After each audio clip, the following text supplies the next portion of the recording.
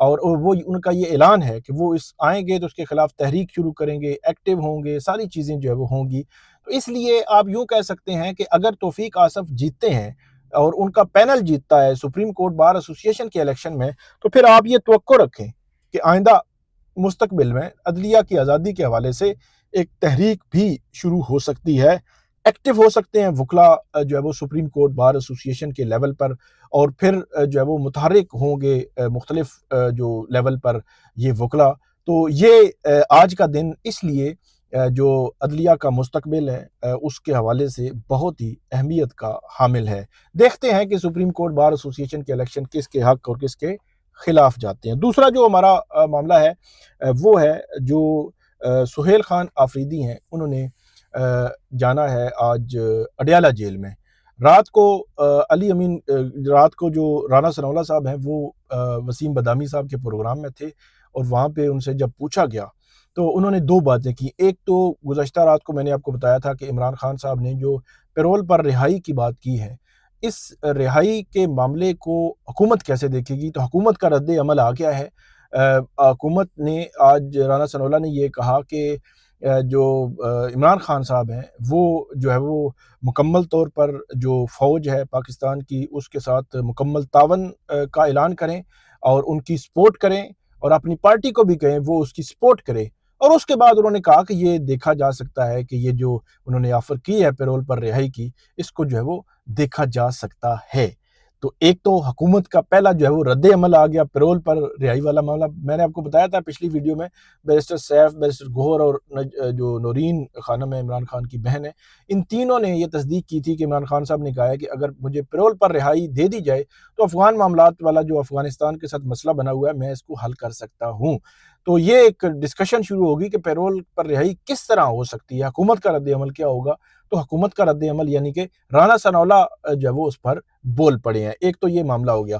دوسرا جو اس میں چیز ہے جو امپورٹنٹ ہے وہ سہیل خان آفریدی کی ملاقات کے حوالے سے ہے کہ سہیل خان آفریدی جیسے ہی بنے ہیں چیف منسٹر خیبر پختونخوا، تو انہوں نے پہلا جو آرڈر کیا ہے کہ ان کی ملاقات کروائی جائے، جو وہ ملاقات کریں گے عمران خان صاحب سے۔ یقینی طور پر وہ ان کے لیڈر ہیں، وہ ان سے ڈائریکشن لیں گے، ڈسکشن کریں گے، بات کریں گے، ان کی رائے لیں گے کہ کیسے چیزیں آگے بڑھائی جائیں۔ تو عمران خان صاحب جو ہے ان سے ملاقات ہو سکے گی یا نہیں ہو سکے گی، پہلا بڑا امتحان ہے خیبر پختونخوا حکومت کا، وفاقی حکومت کا، پنجاب حکومت کا۔